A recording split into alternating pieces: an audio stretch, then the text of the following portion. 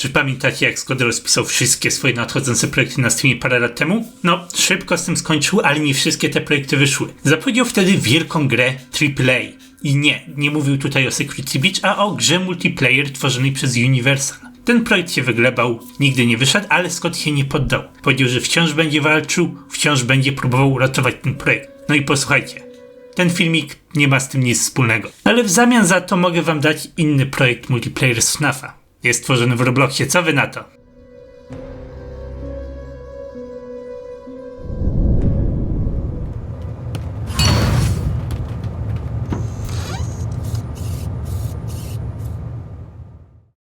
...20 grudnia zeszłego roku, tuż po premierze Hellpointed 2, zupełnie znikąd ogłoszono FNAF Roblox. Prawdziwy, nowy, oficjalny FNAF projekt zlecony przez Scotta. To był szok. Zwłaszcza, że fandom był akurat zajęty Hellpointed 2.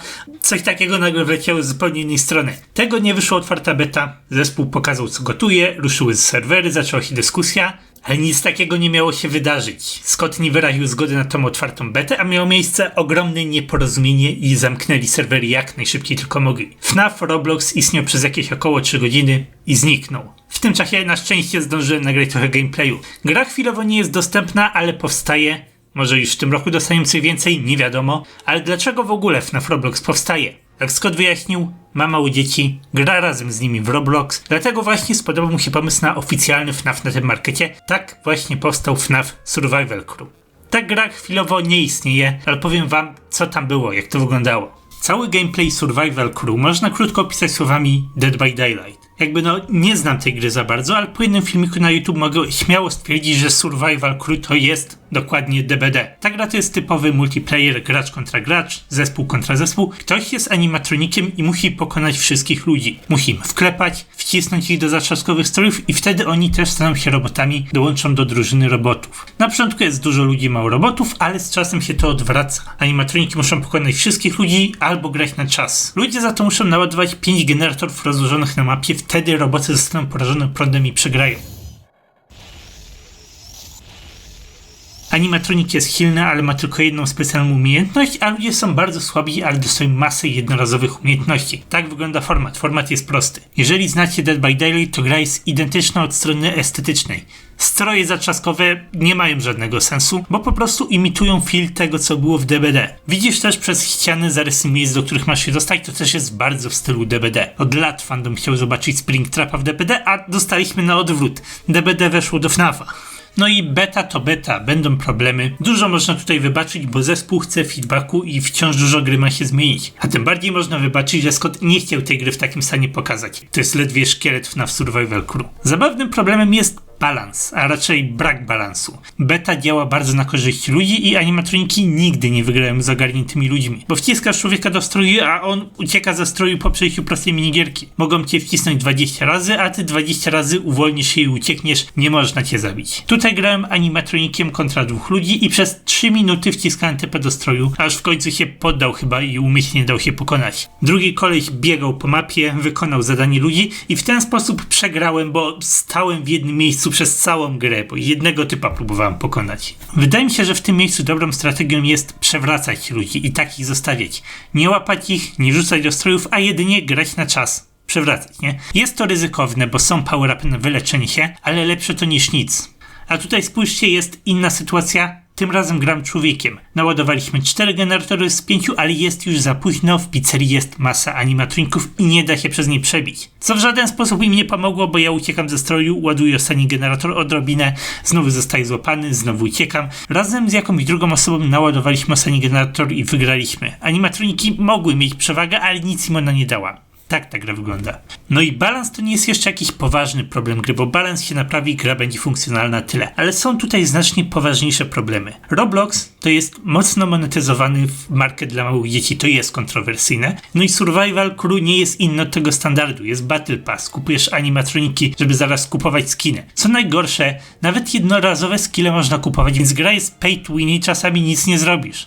Problemem są też fanarty użyte w grze. Nie jest to pierwszy raz, nie jest to ostatni raz, nawet cały design stroju zatrzaskowego jest kradziony. No i na początku mówiłem, że dużo można tej grze wybaczyć, ale to jednak źle świadczy za twórcami, że byli gotowi to pokazać. Scott nie chciał tego pokazać. Twórcy nie mieli problemu otworzyć mikropłatności i zarabiać na tej becie, którą zamknęli po 3 godzinach. Mam nadzieję, że tutaj zwroty pieniędzy poszły, nie mam pojęcia. Twórcy próbowali ratować twarz, tłumaczyli się, że dziękujemy za udział w becie, wrócimy za parę miesięcy, ale Scott nie próbował ratować twarzy i wyjaśnił sytuację. Jest straszny chaos. Twórcy będą musieli się mocno namęczyć, żeby uzyskać zaufanie, kiedy ta gra w końcu powróci.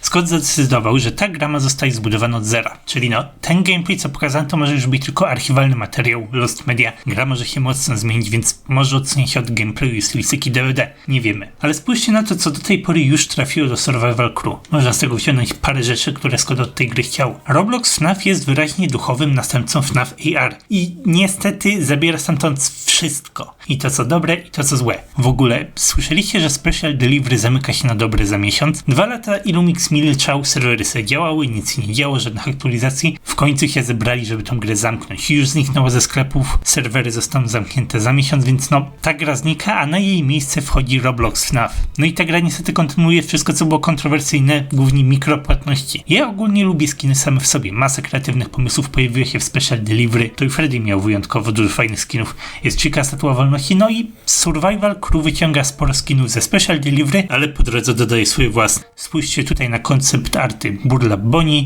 Candyman Freddy, Fast Foxy, ktoś go nazwał na Discordzie Lilciasty. Jest też Plaga Chica i te designy są jeszcze bardziej kreatywne niż Special Delivery, bardzo mi się podobają. No i nie wiem, czy gra będzie miała jakąkolwiek fabułę, ale widać, że zamysł jest trochę podobny do Special Delivery.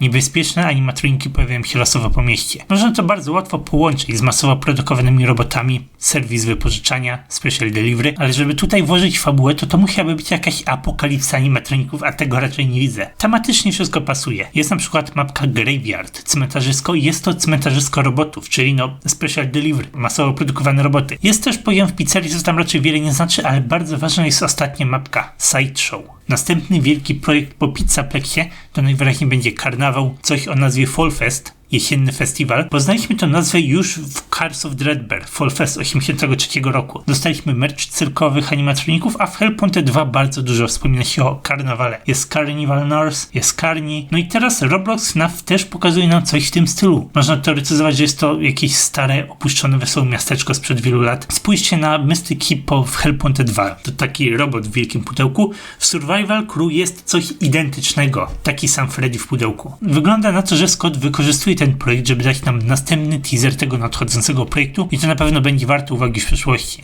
Obecnie nie wiadomo, ile więcej da nam faktyczny ukończony Roblox FNAF, ale mogą zrobić dużo. Scott powiedział, że naprawi ten projekt w 2024, więc zobaczymy. Jest nadzieja na to, że coś fajnego z tego wyjdzie, ale obecne Survival Crew do pięt nie sięga fanowskim projektom w Robloxie, a to jest dosyć źle. Dużo muszą zrobić, żeby ten projekt uratować. Póki co, Survival Crew to jest godny następca Special Delivery i nie mówię tego jako komplement.